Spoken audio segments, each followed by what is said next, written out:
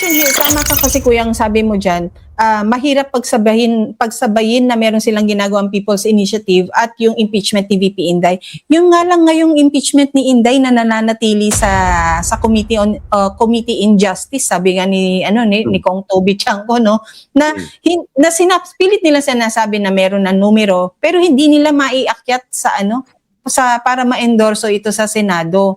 Hirap na sila. Hirap na silang bumuo ng larawan, ng picture, ng sitwasyon, ng senaryo na ka-impeach si VP Inday. Kaya ang gusto nilang gawin is a mini trial. At paparating nga by April 25 ba yun next? 14. Oh, 14, di ba? Isasalang nila si Attorney Powa doon. Anong mangyayari kay Attorney Powa? And even the gentleman is saying na parang kung meron naman na numero, handa naman na sila. Because the Constitution says na ang proper forum is not sa HOR, kung hindi sa Senate. Music. Yung iPad naman from Walkman to iPad. From Walkman, nag-Discman. Discman. Discman, tapos ayan na, yung mga uso na ngayon. Hindi, smart TV na, smartphone, and then Apple Music na. And now we have YouTube, no? And it's YouTube Thursday, Music. everyone. It's Maundy Thursday. You know why it's called Maundy Thursday? Why? Because it came from a Latin word mandatum. It means commandment or a mandate. Dito kasi Maundy Thursday kasi nung idinagdag ng Panginoon yung sabi niyang new commandment na love one another as I have loved you. At dito rin nangyari yung washing of feet na 'di ba Jesus being king, nakangiti si Kuya kukontra na to. Jesus being king washed the feet of his apostles, and actually that is showing humility. That is him trying to teach humility, and of course yung servant leader siya. He's not just up there leading everyone, commanding everyone, do this, do that, parang praise me, adore me, and things, no? Siya yung parang kumbaga sa isang leader, siya yung working leader. Ganon yung eksena why it's called Maundy Thursday. Ay, nagtae yung ballpen. Anong nagtayo? Oh, sorry. Question is spam. Totoo yan. Yeah. I agree. In fact, that's the most precious lesson. One of the most precious lessons dyan sa Biblia. Yung pagiging servant leader, yung humility ng isang leader. Pero ang tanong, nakikita ba natin yan sa mga leader ng simbahan ngayon? Pinapractice ba yan ng mga pare at mga leader ng simbahan ngayon? Actually, magaling kang nirelate mo mismo sa simbahan lang, ha? O para mas maliit yung sekta i-explain natin yung sitwasyon. Totoo, nakikita nga ba natin sa simbahan ngayon? I don't know, your take. Ako hindi natin nakikita yan. Yan na nga eh. Kaya nga yung humility, doon. Pero sobrang humility. Ayan, si Marlon, nagsisimba yan. Yeah, hindi tayo religyoso pero kahit papaano, di ba? Madasali naman tayo. Ayun. Ito sa mga Ang nakakaano lang, ang nakapagtataka lang kasi talaga sa simbahang Katoliko. Dati ang ingay-ingay nila pagka-issue ng graft and corruption. Totoo, merong tinatawag na separation ng church and state. Pero may mga sekta, may mga religious sector na hindi maiwasan sa sobrang galit nila o makibahagi sa mga diskurso patungkol sa anomalya sa gobyerno.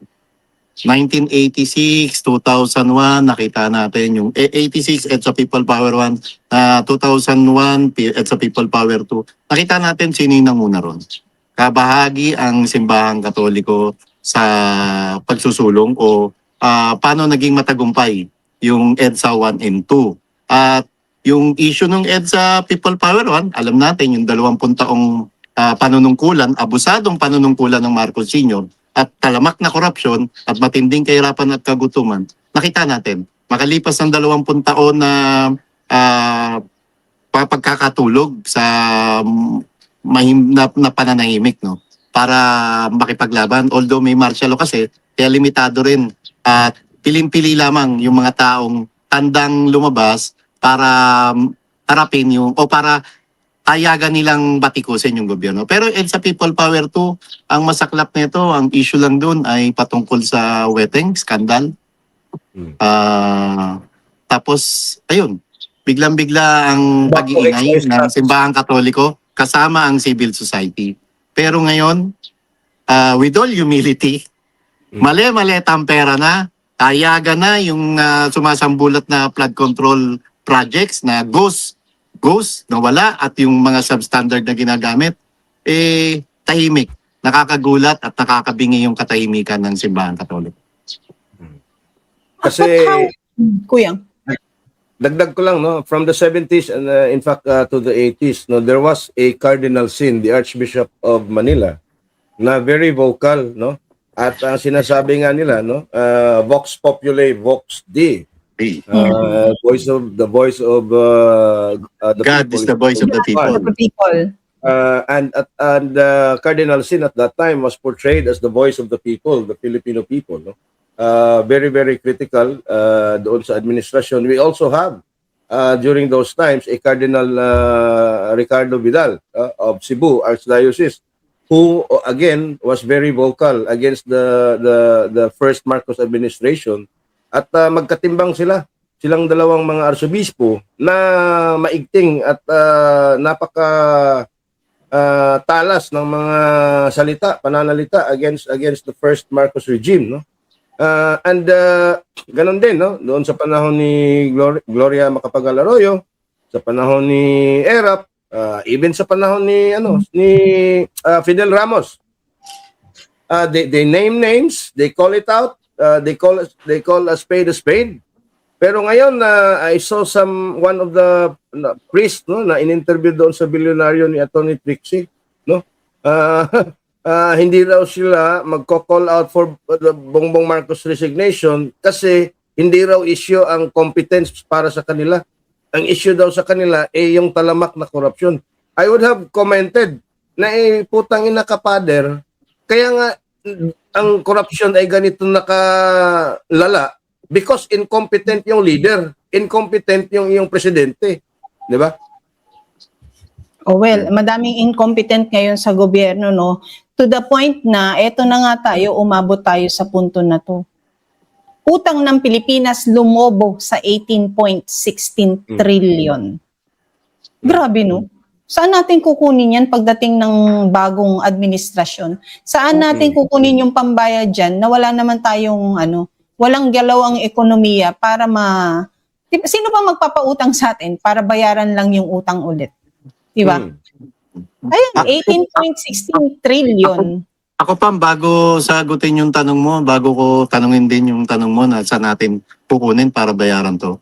Ang tanong mo na, saan napunta yung trillion pera? May nakita ba tayong infrastruktura, proyektong pang-infrastruktura? May nakita ba tayong maayos na serbisyong medikal? May nakita ba tayong maayos na serbisyong panlipunan na ginawa ang Bongbong Marcos? Bakit tayo umabot ng ganito kalaking utang at ano-ano na ba talaga ang proyektong nagawa ng Bongbong Marcos sa mag-aapat na taong panunungkulan? Go pa. Yun na nga, saan... At tapos, sige, sabihin natin sa utang na to, merong minana sa dating administrasyon. Sabihin na natin yung dating administrasyon, as being said dito sa comment, 7 trillion. Where did 11 trillion go? May nakita ba tayo? Yun din yung tanong eh. Yung, Diba? yung 7 trillion na yun, kuyang, huwag Bakit natin hindi kalimutan nagawa? yung build, ni At saka PRRD. At saka may pandemic doon, may COVID-19. For context. Sabi ni, just for context. Tama, no? Nasa 7 trillion almost ang inutang ni PRRD sa kanyang buong termino. No? Pero around 3.4, 3.5 trillion dyan, ginamit doon sa pag-address ng pandemic, which was unprecedented in the history of the world. Wala pang naka-experience ng pandemic because the last pandemic was the Spanish flu. More than 100 years before that. Oo Oo nga, no? ngayon, ng coronavirus. nag-coronavirus, alam mo, diniscuss na natin to with SAS eh. Mm. Ginastusan talaga ng Pangulo ang repatriation ng ating mga OFWs. Mm. Dahil gusto nilang umuwi because probably this is the end of the world, mamamatay na ako. Gusto ko kahit wala akong pera, doon ako mamatay sa aking pamilya. Anong ginawa? Nag-arkila ng mga chartered flights, no? Ng mga flights. Nakibakas, inihaw sila sa mga hotel. Ginawa at binigay sa kanila yung tulong. 'Yun ang nagpalaki ng ating utang. Pag-address sa mga ayuda sa lahat ng mga Pilipino. Hindi lang kung sino-sino. Again, may mga problema doon sa distribution pero as in lahat nakatanggap. Oh, ano pa? That's half of Duterte's debt. I-check nyo yan. Half of Duterte's debt was due to the pandemic. Okay, now Pam was asking, 11 trillion Saan ang napunta? utang ni Bongbong Marcos on his 4th year as president. Walang pandemic, ngayon may gera sa Iran. At 18 trillion na yung utang natin. Anong sabi ng mga ekonomista? This is worse than COVID.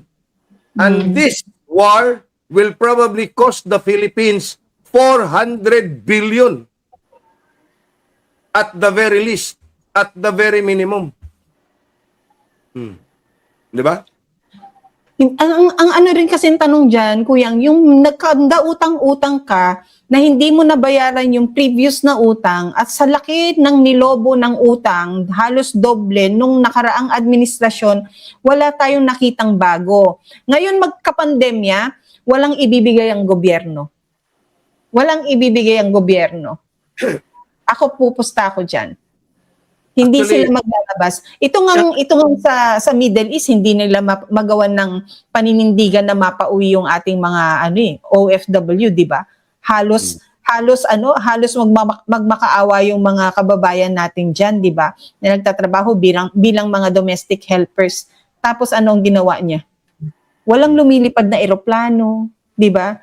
Kayo muna, save yourselves. Alamin ninyo kung saan yung mga bunkers, yung mga dyan, mga safe houses dyan and things. Diba? Narinig nyo ba ever kay Duterte na sinabihan niyang, tumabi muna kayo, kumubli muna kayo habang ginagawa ng paraan? Siya hindi. Kahit ipagnakaw ko kayo ng eroplano, maiuwi lang kayo. Yun ang kanya sinabi. Diba? Yung tanong pa at saka yung tanong na saan napunta at bakit lumobo ng ganyan, no? Ang pagkakautang ng gobyernong Marcos, ultimo ordinaryong tao, magtatanong, ano na ba talaga nagawa ng Bongbong Marcos? Ultimo ordinaryong tao, may kukumpara nila yung Duterte administration sa Marcos administration. Partida, 4 na taon na ang Marcos. Ang PRRD, 6 na taon. At maliban doon sa COVID na sinasabi, mayroon pang Marawi siege. At talagang nilinis ni PRRD na ultimo yung mga oligarko pinagbayad ng tamang buwis. Kay Bongbong Marcos, lantaran na napag-usapan dito yung liquidation via certification. Ano na nangyari? Kay Bongbong Marcos, ngayong nasa gitna tayo ng krisis, sa gitnang ng giyera sa gitnang silangan, asan yung pamamahagi ng ayuda? Bakit tong nakaraang eleksyon, bumaha ang ayuda at bakit pinayagan pakawalan yung ganong kalaking klaseng pera? Kasi alam natin na ginamit nila ito bilang panuhol sa mga botante. Wala. Ngayon nga walang election, ngayon walang pandemya. Wala na ring tulong. I mean, pero ngayon na nasa kaligitnaan tayo ng oil crisis, halos hindi makakain ng 3 beses sa isang araw ang marami nating mga kababayan.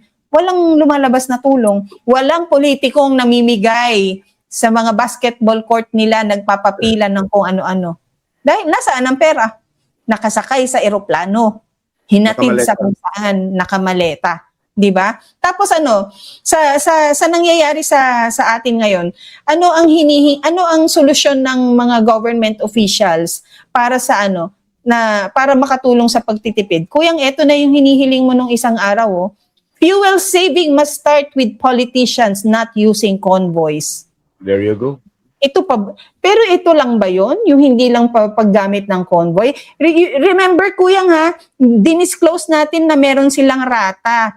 Representation allowance at transportation allowance, rata. Sabihin na natin, I don't know how much it is these days, no? Sabihin na natin 15-15, 30 yan kada Buwan. sweldo, kada buwan, di ba? 30. Dapat, ang hiningi mo nung isang araw na sinadjust mo upon knowing, no? Dapat i-give up din nila yung pag-receive nila ng rata. Not just yung pag-use ng convoy. Ang isang senador, Kuyang, anong haba ng hagad niyan? May motor sa gilid na may wangwang. Dalawang USB tuloy, SUV sa likod. Tapos yung kanya pabilang main. Bakit?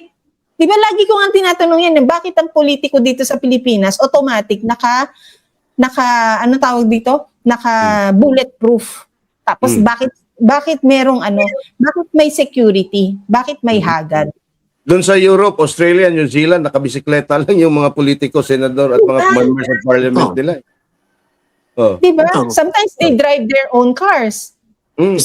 Speaking of pagtitipid, Pam, Kuyang Ibi, may bumabatikos doon ng mga kongresista kay Senator Bato de la Rosa, bakit daw hindi pumapasok, na dapat sampahan ng ethics case tapos sumisweldo. Sana kung talagang gusto nilang makatipid, no, umpisahan mismo sa mga government officials, yung sa kanilang mga sweldo. Higit lalo nasa recess ngayon yung mataas at mababang kapulungan ng Kongreso. Doon sa sinasabi lang no work, no pay kay Senator Bato, bakit hindi nyo gawin? Umpisahan nyo dyan sa Kongreso. Ngayong naka-recess, ngayong walang session, subukan natin magkano ang amount ang pasweldo nyo, ang payroll nyo, buwan-buwan, 2 buwan kayo walang pasok ngayon. Kung yun ba magagamit at hindi pa sweldo sa mga empleyado o lalo na lang, wag na lang mga empleyado, yung mga politiko na lang, yung mga inihalal ng taong bayan, na mga pinagkatiwalaan kahit yung iba ron karamihan dyan, ng daya. Bakit hindi muna ninyo isakripisyo ang inyong mga sweldo para sa sinasabing katitiran ng gobyerno at maramdaman naman ng mga kababayan natin Pilipino? O nabanggit mo yan kay Senator Bato. Merong revelation si Congressman Toby Tiangco sa Banateros na interview niya na nakikita niya sa attendance sheet na si Martin Romualdez ay laging present pero hindi naman nakikita sa HOR. So, what does that say? Binabati ko si Senator Bato tapos si Martin pwede siyang present pero absent? Ang pagkakaalam ko kasi dyan, Pam, para maging present ka, kailangan sa roll call ng pagbukas ng session, yung daily session, nandun ka. Physically present ka. Or virtually present ka kung papahintulutan ng plenaryo. Tama rin Congressman Toby Tiangco. Nakikita ba natin na pakalat-kalat sa loob ng session hall ng Martin Romualdez? Wala. At paano yun? Sino magko-correct nun o sino yung dapat pagmultahin doon kapag ganyang may katiwalian na yan pandaraya na yan na ultimo attendance mo dadayain mo. Dito kasi nag-umpisa Golf na dinadaya Oh, yun na nga kasi balikan ko lang yung lesson ng Monday, Thursday, Pam, doon sa Biblia, no? Kasi 90% dito sa Pilipinas mga Kristiyano But they claim to be Christians but they actually do not preach or practice what the Christian doctrine preaches, no? Kasi balikan natin yung humility, no? Dito kasi sa Pilipinas, ang nakikita natin, yung posisyon kasi ng gobyerno, instead of being a servant leader, di ba? Public service, no? Serbisyo publiko. Putang ina, ang publiko ang nagsiservisyo sa kanila. A government office now entitles someone who holds that office. Di ba? Imbes na yung posisyon mo na yan na binigay sa'yo ng tao para pagsilbihan sila at ang kanilang mga aspirations, putang ina, ang ginagawa nila, sila na yung nasa taas at dapat tayo ang magluluhod sa kanila. Tingnan mo what happened to this government. Tingnan mo ano yung mga inaasta ng ating mga government official. Nauna na sa mga traffic, may mga convoy. May special lane sila doon sa ating mga airports. Meron silang special. Lahat lahat ng mga government official may special treatment. Pati direktor, pati hepe ng pulis, ini-escortan, kino-convoy, hepe ng mga provincial director, regional director.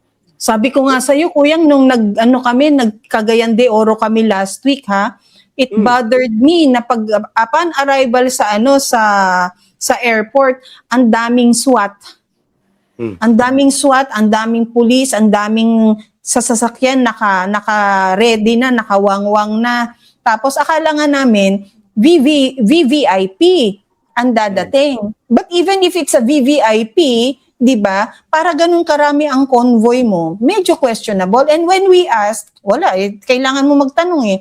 Alam mo kung sino yung dumating? PNP regional officer? Director. RD, papasundo lang, galing Maynila. Yes, nagpasundo galing Maynila. Ganun katindi ang sala mo sa mga taga Cagayan na kailangan mo ng ganyang backup? No, Pam, it's the entitlement. Oh. It's the feeling that you are entitled, you're the RD, people are expected na lumuhod sa iyo. Not just yung mga RD, even in government agencies. Tingnan mo, yung DPWH regional director dito, no, yung mga regional director, even directors, they flash their ID as if it's a divine stamp na everybody, I mean, you know, the water should part. Because dadaan yung isang director ng isang government agency na ganyang ka-entitled. Again, this is going back to the lesson today, Monday, Thursday. The humility in public service. Humility in people who were placed there and being paid by the Filipino people. Kaya nga 'di ba sabi ko nung mga nakaraan, Kuyang, yung bang wala na tayo talagang mga naglilingkod sa bansa na kapag inalay ang kanilang mga sarili, let's say sa come filing time ng certificate of candidacy, wala na yung taong magsasabi na Pilipinas aking mahal, what can I do for you? Wala na yung ganun eh. Ang intention na ngayon ng mga nagfa-file, yung mga taong alam mong merong mga selfish motives, ang sinasabi, mother, inang bayan, what's in it for me? Yeah. Ganun na eh. Di ba? Lalo ngayon, Kuyang, tignan mo, karamihan sa Kongreso, ano ang mga nandyan? Negosyante. Hindi naman sila yung talagang leaders ng mga marginalized sector eh. Di ba? O sige, we have sa Department of Agriculture, we have Secretary Laurel. Mangingisda? Mangingisda? Hindi. Merong canning or fishing or kung ano man siyang negosyante na involve ang dagat. Involve ang yamang dagat. Diba? Diyan na lang sa siyang yan.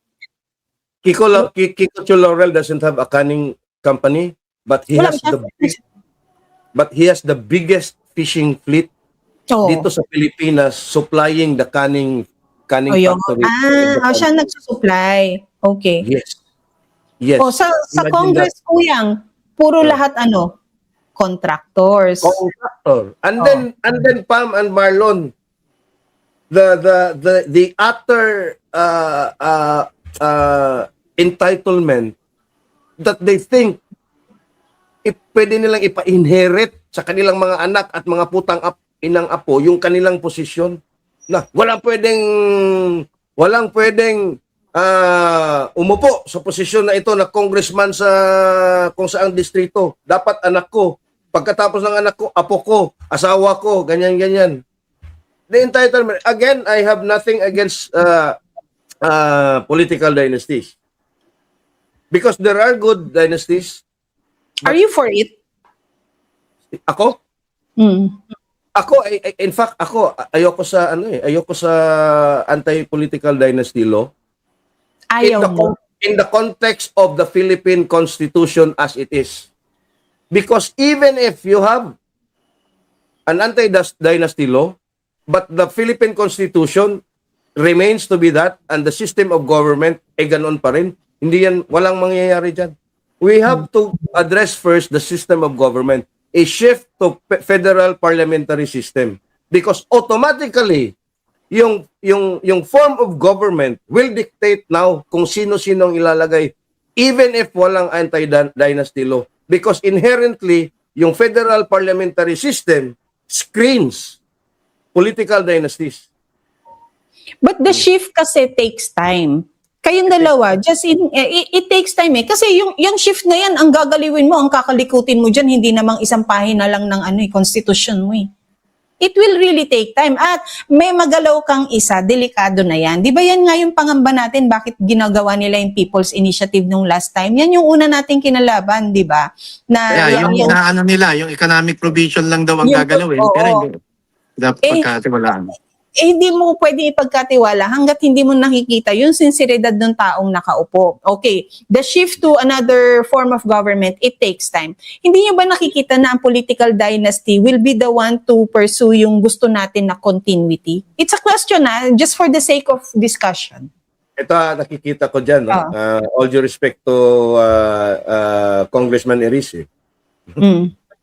Yung anti-political dynasty law ngayon, para sa akin ang target niyan are the Dutertes.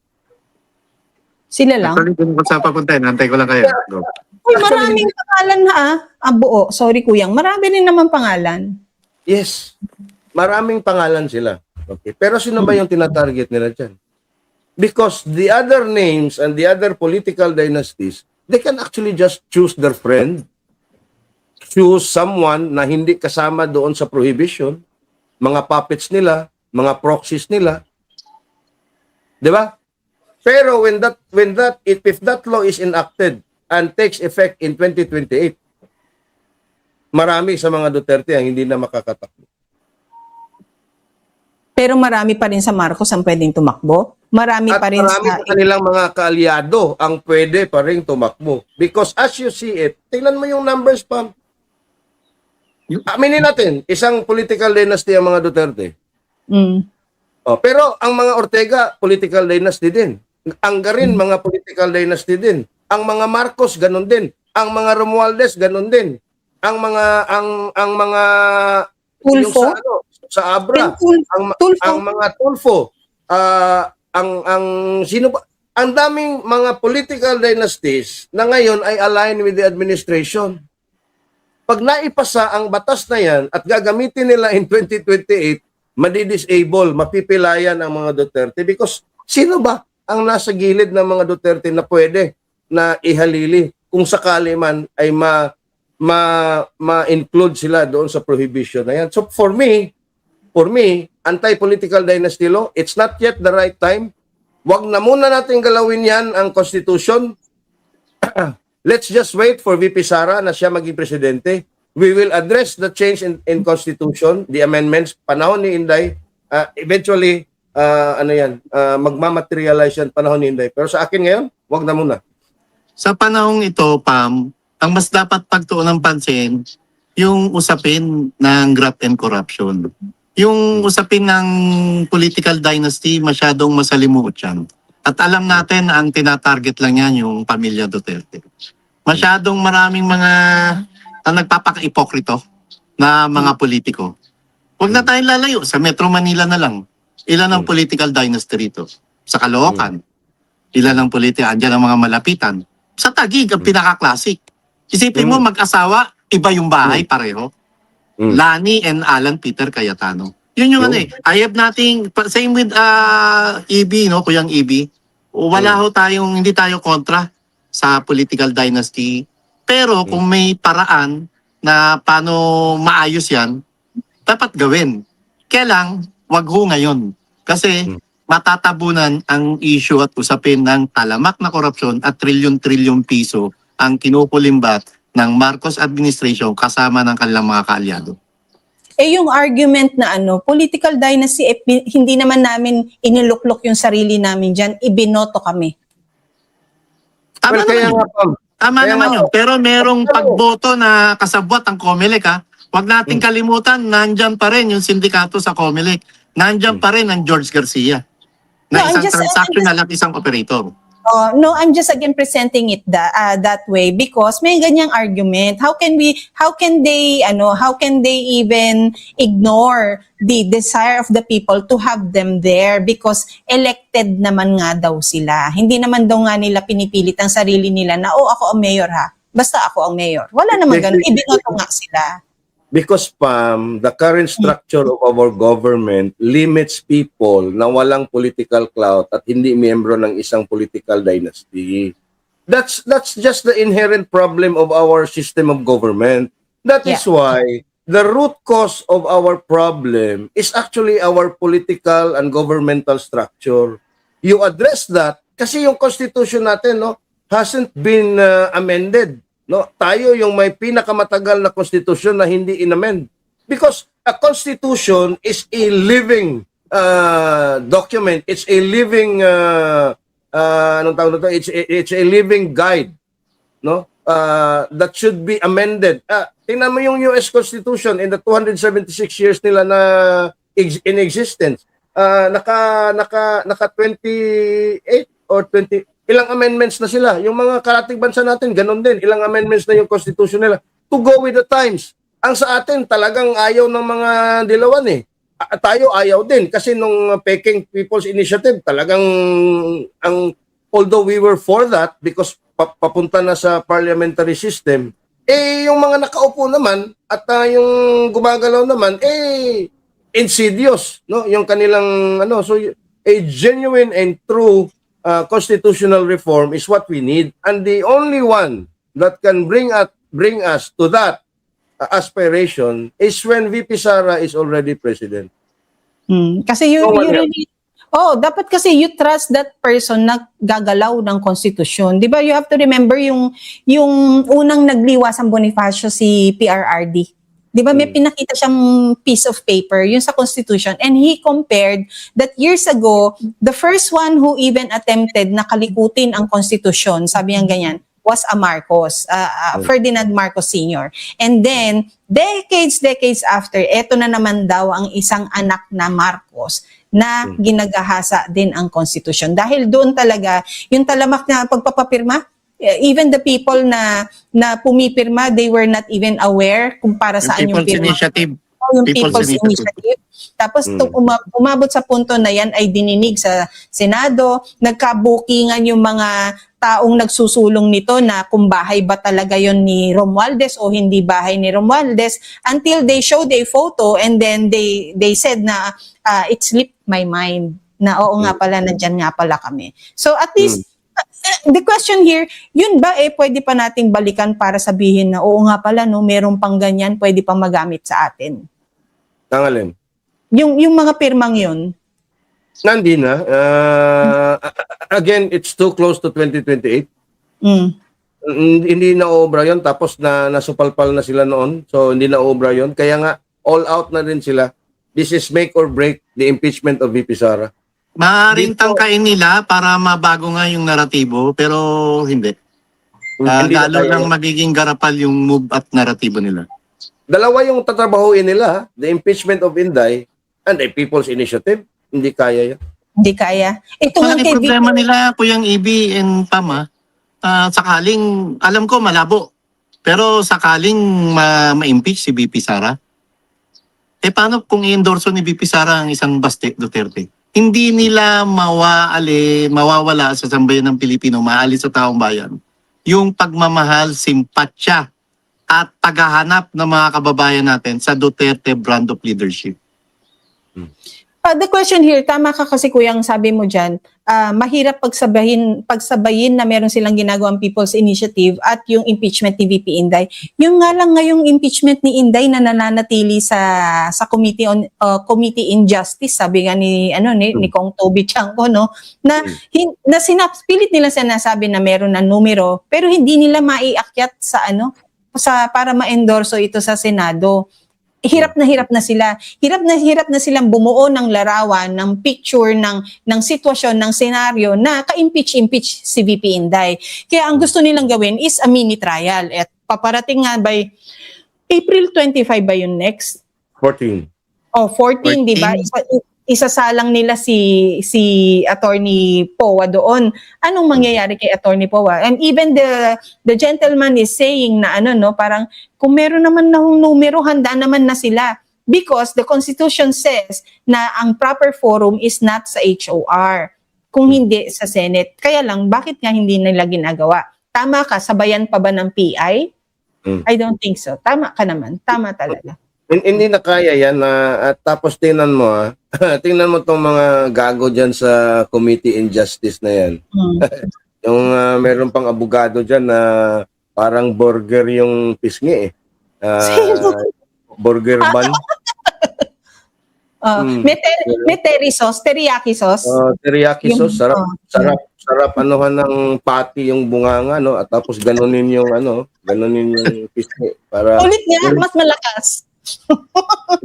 parang mo.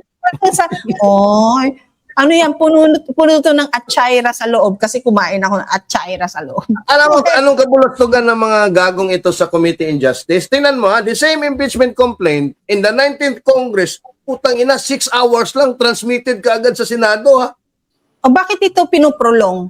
Ito, gusto nila 60 days, kasi 60 days sa rules Kasi alam nila, talo sila. Pagka ngayon sa mga oras na to, dalhin sa plenaryo, alam nila, wala silang makukuha ang boto. At pinapainit nila to at naghahanap pa sila ng pondo, paano aregluhin yung mga kongresistang boboto sa kagustuhan nila na may impeach si VP Sara. Actually, Marlon, disagree ako sa iyo. They have the votes to transmit it to the Senate. Yan ang pananaw ni Kong Erice, yan ang pananaw ni Toby Chanco, yan ang pananaw ni Kiko Barsaga, yan din ang pananaw ko. Because by the numbers alone of Lakas, CMD ni Martin, they can easily get the 106 votes, the 1/3 para matransmit sa Senado. The only problem is, they don't have the numbers in the Senate to convict the Vice President. That is why, ang gusto nilang gawin is for 60 days, talagang they will demonize and vilify the Vice President and then mag-create sila ng survey at papapalabasin na bumaba ang trust and approval ratings ni VP Sara dahil doon sa hearing dyan sa Committee on Justice na yan. At sasabihin nila, bumaba yung kanyang trust and approval ratings, bumaba yung kanila ang presidential preference rating ni VP Sara for 2028 dahil sa mga nakita natin sa hearing dyan sa Committee on Justice. Mga kababayan, wag nyo nang botohan yan. That's the plan, that's the script. But because they can never get a conviction, it's very hard to convict sa Senado. Because the Senate, 24 lang sila and they are 24 independent republics ang tawag nga dyan. And you only need 9 to acquit. Even an abstention can be counted as doon sa acquittal. Ako kuya kasi, ba't ko nasabi na wala pa silang numero sa ngayon? Sabagay, pare-pareho naman tayo nagpo-forecast dito. Sige. Kasi yung 106 na kailangan ng Lakas CMD ng administrasyon na ma-impeach si VP Sara at may sampa ito sa Senado bilang impeachment court, hindi garantiya yun na dahil member sila ng Lakas, boboto na sila. Huwag natin kalimutan doon sa bilang na yun, yung 106 na kailangan nila, yung karamihan doon, yung iba doon, mga kongresista mula sa Mindanao region. At maraming nagsasabi na sila mismo nakikiusap na ayaw nilang isugal yung kanilang karir bilang mga Mindanaoan congressmen na i-impeach si VP Sara dahil nakita na nila ang naging resulta nung nakalipas na midterm elections. At yung galit ng mga kababayan natin sa Mindanao, talagang lalong bubuo sa darating na 2028 sakaling magpakita ng kabulastugan to mga kongresistang ito para bumoto pabor sa impeachment ni VP Sara. Ako din, parang for me lang din, dahil sa alam mo yung desire nila na ipatawag si Attorney Michael Poa na nagsabing pupunta naman, and they feel na they can get through VP Sara through Michael Poa because nagawa na nilang makakuha ng reaction before kay Vice President Sara Duterte when it was Attorney Zulaika Lopez, di ba? But ibang sitwasyon yun, ibang senaryo yun, Pero ang gusto kasi nilang mangyari today is talagang magkaroon ng mini trial at dun magawa yung pambababoy because they don't have a chance pagdating kapag yan na-endorso na, di ba? Everyone will need to behave and do their role kapag yan nag-convene na into an impeachment court. Pero yung gusto nilang, yung desire nila na makapambaboy talaga ng mga opisyal na yan, like VP Sara and the rest others, no? Gusto nilang gawin yan sa mini trial because possibly they believe na pagdating sa plenaryo walang numero because everyone now will have to rethink their survival pagdating sa 2028 re-election. Baka lang. Ako, this is where I depart, no? Kasi nakikita natin, no? Committee in Justice is 54 members. Only one voted no.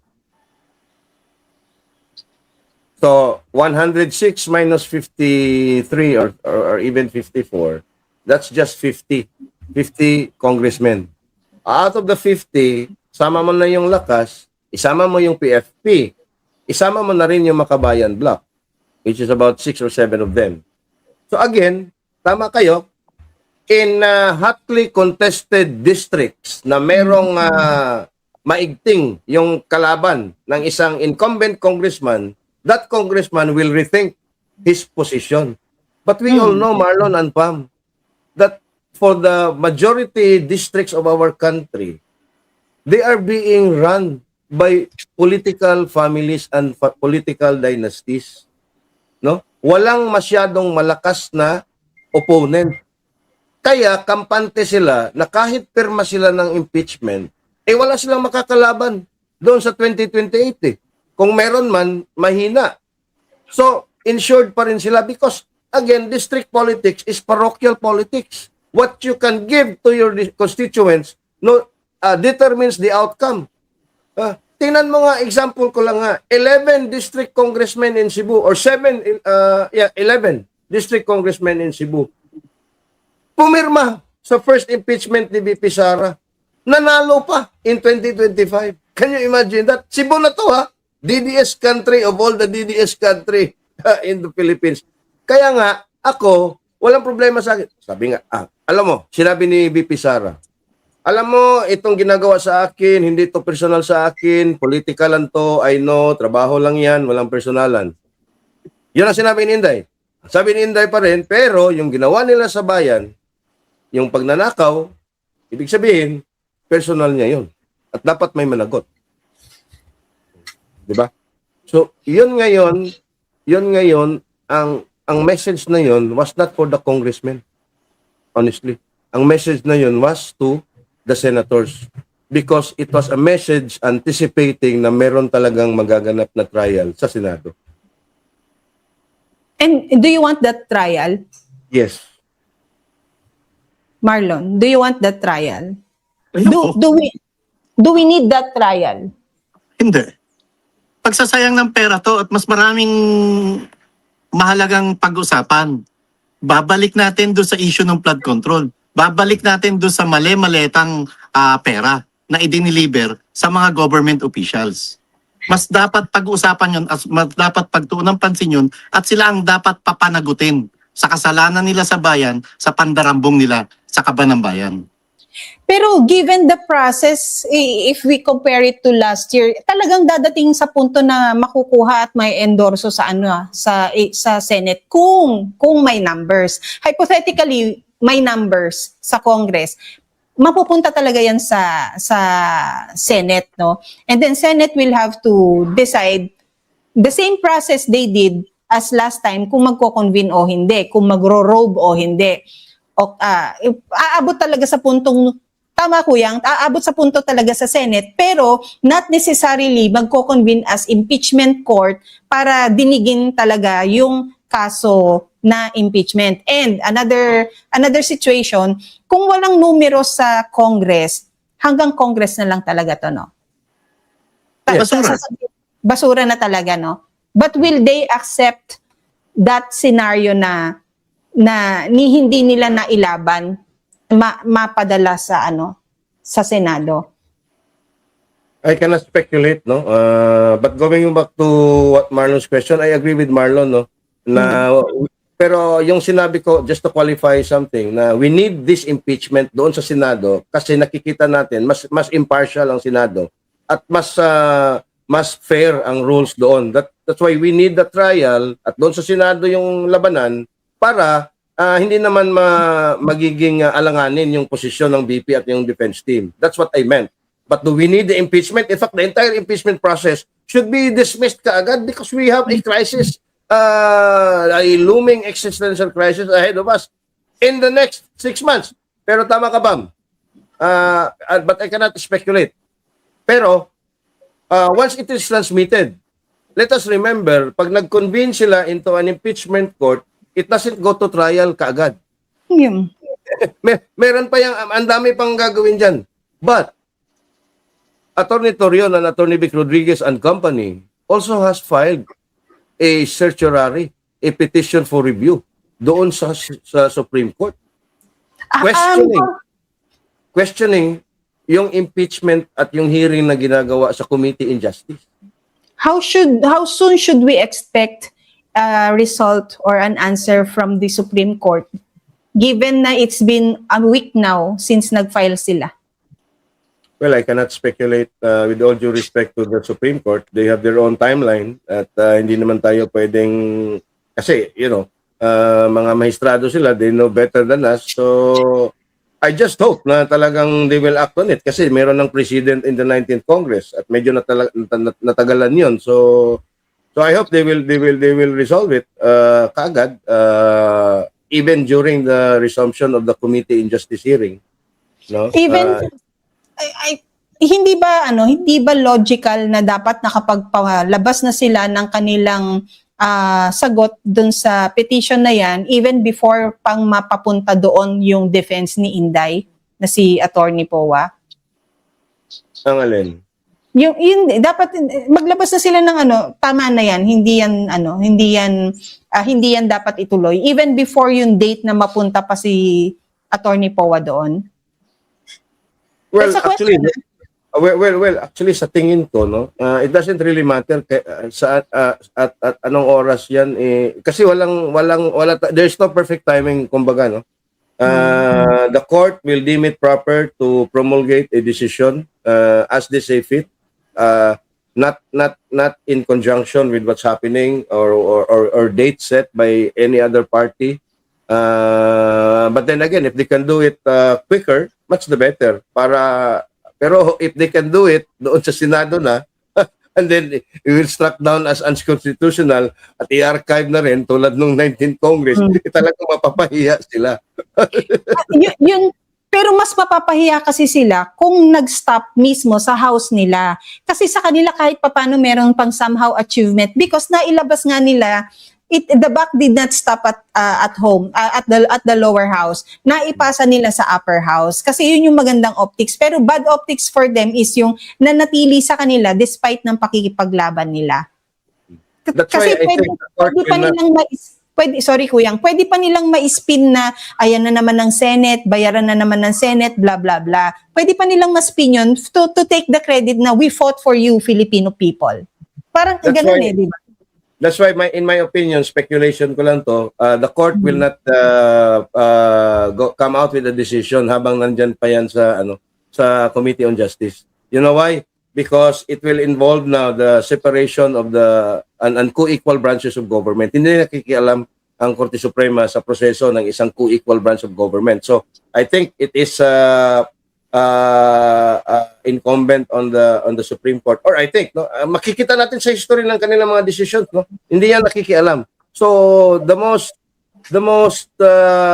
most appropriate stage na ilabas yung decision will be doon na sa Senado, kasi sa Senado it's already a trial court, a quasi-judicial court almost under the Supreme Court, kasi korte ka na Pag korte ka na, syempre, under ka na sa isang higher court. Pag legislative committee ka, hindi ka muna under sa korte kasi legislative ka, co-equal branch of government, no? That's what happened doon sa 19th Congress, Di ba? The impeachment court decided to archive it and then eventually the court ruled in favor of the petitioner. So parang ganun ang nakikita ko dito, no? Kaya nga, if you remember, bakit si Tito Soto? Sabi niya, oh, come on, we'll address the impeachment complaint forthwith. Oh, forthwith. Meron pa bang senador dyan na nagsasabing forthwith? Wala Siya na lang. eh. Wala na nagsasabi. Ngayon ba? Wala na. Pero noon, grabe, ang ingay nila. I-try na yan. Sina De Lima, yung mga makakaliwa, lahat na lang, even yung simbahan. Dapat, the trial must go on. Eh ngayon, wala na. Ang sabi nila, doon ka sa committee. Dapat ngayon salitang forthwith ko yung Pam, gamitin natin ngayon sa Committee on Justice. O ba't ninyo desisyonan yan ngayon agad-agad? Forthwith. Bakit? Dahil wala pa kayong numero? Bakit? Dahil nagkakapakiramdaman pa? Kung magkano budget ang dapat ibigay sa bawat boboto? Nagpepresyuhan pa. Yung Nagprepresyon pa? ibalik ko lang sa upper house, sa Senate, no? Yung the thinnest line between majority and minority, where will be the cross? Minority going majority, majo o minority? Pagdating sa voting. Well, actually, kung numero lang at hindi natin walang halong politika or influence, 9 na sila yung minority. 9 if they vote not to convict or is enough not to convict. Is it a solid 9? Pam, yung minority block ngayon, yung iba dyan, company union. Yung iba dyan, pakawala lang rin ng administrasyon. Yeah, that's why I'm asking, is it a solid, Hindi. loyal 9? Hindi, kaya nga ang sagot hindi. Oh. What's your take? Kasi ang tanong din is that 15 strong majority a solid majority when it comes to the impeachment vote. Oh, the same question applies to the majority. Is it a Because- solid majority? Because we've already seen it. There was an attempt for a Senate coup to install Loren Legarda as Senate President. Hmm. And Failed. Malacanang moved mountains, calling everybody at 2 a.m. Na wag muna. So why can't Malacanang do the same and double their effort this time? Ang alin? Yung call nila, baka hindi na call yan, di ba? It's a call with a proof of transfer, with a proof of payment or anything. Again, Kuyang, I'm just trying to squeeze the best questions to get the best answer that we can have. For the sake of discussion. Kasi a Senate presidency only requires a simple majority, 50% plus 1. In this case, 24 sila, so 13 lang ang kailangan mo para mag-install ng bagong Senate President. 'Di ba? So meaning to say, maliliit lang yung numero mo. For example, assured sila sa 12. Hindi sila kampante sa isa. So yun ang tinawagan. Or assured sila sa 10, ang problema nila yung 3 lang, edi 3 yung tinawagan. Pero when it comes to the impeachment, you need 16. Can you imagine 16? Isa lang dyan ang hindi boboto. Wala na. Timbog na, ano na yung impeachment mo? Ilang billion, trillion ang nagastos mo. Basag na, no? Oo. So again, even the majority and the minority, when it comes to the impeachment, ibang usapan yan. When it comes to policy and legislation and the Senate leadership, ibang usapan din yan. Okay? Dito na papasok yung sinatabi ninyo to yung political calculus nila in 2028 because 12 of them are re-electionists. We have to factor in na may mga majority at minority dyan na hindi re-electionist in 2028. So titingnan natin dyan sa Senado na yan, yung re-electionist or yung expired na yung termino in 2028 at sino at meron bang ginugroom. For example, Senate Loren Legarda, mag-i-expire na yung term niya 2028. Sino bang likely? Graduate na ba? Yeah. Wala mo, Risa Ontiveros, expired, mag-i-expire ba? Gagraduate ba Yes. or gagraduate na Expired. rin? For example, Loren Legarda, mag-i-expire siya in 2028. Who do you think is the most likely successor? Sino? ikaw, it's right in front. Sino ang likely successor ng isang Loren Regarda na hindi na pwedeng tumakbo in 2028? Si Lian? Oh, Libiste? there you go. At That's saan ba si pwede Lian ba? ngayon? Nasaan ba si Lian Sa edad? ngayon? Ha? What's his age? How young is he? Is he in his 20s? 30 plus na eh. 33? 32? Oh, di mag-35 na siya. Pwede na siya in Bata. 2028. Oo, no. Oo, no. But, again, hindi rin natin alam yung dynamics because nasa listahan nga ang mother niya. And then, he has a season to show. But very interesting, no? It's a Netflix kind of thing. Yep. Na inaabangan talaga. Dito natin makikita at dito natin sinasabi ko sa mga tao at sa mga kaibigan ko, no? Do not believe everything that you see in front of the TV. Because that's just less than 5% of what's really happening. 95% of what's really going on in this country happens behind closed doors. In the corridors of power, in coffee shops and wine bars and cigar bars where people talk and people scratch each other's backs. 33 years old na pala siya. Parang bata-bata. Eh, tingnan Young mo nga looking. ako. Tingnan mo nga ako. Yun, no? 33 years old din? 33 years ago? Problema yun, ha? Yung ang bata mo pero mukha kang matanda. Di ba? Problema yun. Kuya. Tingnan mo ako, 73 years old na ako, Pam. Tingnan mo, Wow, you look 73 like years you're old. only 55, no? Ewan ko sa'yo. Nagsimula na bang magluto ng binignit ang karamihan? Kumusta oo. naman yung clam chowder mo, kuyang na may carrots? Marlon, ano ang activity dyan? Si Marlon, kasi nakita ko na yung lugar niya ngayon. Nai-imagine ko, dyan may set up maganda, Marlon, yung kahoy ang pinanggagatong. Kasi may spasyo ka ng lupa dyan, di ba? Pwede. Lutong kahoy, no? Pwede. Mamaya, Iba yung ano, iba yung pinalambot mo yung karne sa gatong eh. Ayun. Iba talaga. Lalo-lalo na yung kaldereta tsaka yung Kuya, may nagyayaya na sa'yo, hinahanap ka na sa kabilang bahay. ito yung pinsan ko. Si Yan, nasa ano yan. Kung sa event sa Holy Thursday. Pam, bago tayo bago tayo magpaalam, may gusto lang ako i-address. Okay. Issue. Kahapon, sa kasagsagan tayo and Semana Santa ngayon, alam natin dapat panahon ito ng pagtitika. Doon sa issue, una-muna pa, may chimoy at chimay daw tayo. Wala ho masama sa No pagiging problem. chimoy at chimay. Isang marangal na trabaho, kahit to sa mga bahay natin, dito sa mga nagsasalitan to, yung pagiging chimoy at chimay, bahagi sila ng pamilya. Hindi ko lang ho alam paano nyo rin itrato yung mga kasambahay nyo sa inyong pamilya. Doon naman sa Okay. And as a Chimay, I am glad to be of service kung sino man yung pinaglilingkuran kong master, no? Yung master na yun, never akong tinuring na isa lang akong alalay o Chimay because there are suggestions na nasusunod. At it makes me so proud of myself that I can penetrate the mind of that person. And as a Chimay to my family, I'm also very proud to serve you until today and until the last sunset of my life.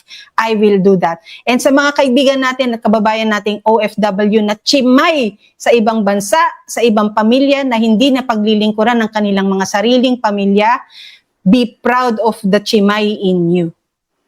Yeah. Doon naman sa akin, yung gusto ko rin i-address, sa extortion daw. Alam mo, Perdi, hindi kita papatulan. Naturingang abogado ka. Kung totoo yung sinasabi mo, magharap ka.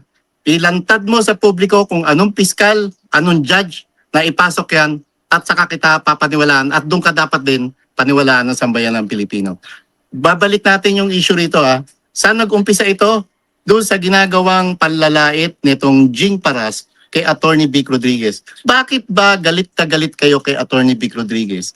Dahil nai-insecure kayo? Dahil mas napapansin siya ng publiko at mas napapansin siya ng pamilya Duterte at alam mo na nung nandito pa si PRRD, nung hindi siya pinakidnap, hindi pa siya kinikidnap, alam mo na agad na gustong-gusto siya ni PRRD. Ang issue mo, bakit hindi sabihin ni Attorney Vic Rodriguez na nakita niya na gumagamit ng ipinagbabawal na gamot ang isang Bongbong Marcos? Bakit mo pipilitin? Hindi niya nakita. Bakit wala kang issue laban sa mga kasamahan mo sa Duterte administration, sa gobyerno ng Duterte administration, bakit mo sila hindi silipin at hanapan nasan sila ngayon? Bakit ang mga may ingay ngayon na personalidad ay mga taong hindi kailanman nakasama sa gobyerno ni PRRD nung panahon niya sa Malacanang? At sinabi din yata doon, Marlon, na kapag kaibigan niya mabait na tao, then call out your friends sa accusation na meron ang isang sundalong kanin na siya ay nasuhulan ng taong ito ng ganitong halaga. Call him out also, bakit hindi nagsasalita pagdating ng direct support kay Inday Sara Duterte para ipagtanggol ito. Call him out also sa hindi niya pakikipaglaban sa minority para bigyan ng boses ang marami bilang siya ang pinaka-nakinabang sa eleksyon na nangyari kamakailan at naging numero 1 pa dahil gamit ang pangalang PRRD. Call him out kung mabait siya, kung bakit hanggang ngayon hindi ka dumadalaw kay PRRD sa The Hague. Simple lang. And ako, I'm glad to be a Chimay. Ako And naman, may nag-comment dito may nag-comment dito, Benny Antiporda. Jing Paras, may utang ka raw na 1 million pesos kay Benny Antiporda, bayaran mo. Eugene Paras, meron ka daw standing bill sa isang restaurant na tinakbuhan mo yung resibo. Daw lang. Tapos baka daw may maleta din sila. Hindi, may nabasa ko dito, baka tayo daw ang may maleta. Ay naku po, kung ako ay may maleta, hindi po Shein ang t-shirt ko. Ay, na-discover tuloy. Kuya, ang sa Shein lang to. Gusto daw ni Ibi yung may cassette tape. Shein lang to, Shein. Nag-promote pa. Nag-promote pa. Itong relo ko po ay Casio F91, 896 sa Shopee with Kuya, voucher. yung may voucher po.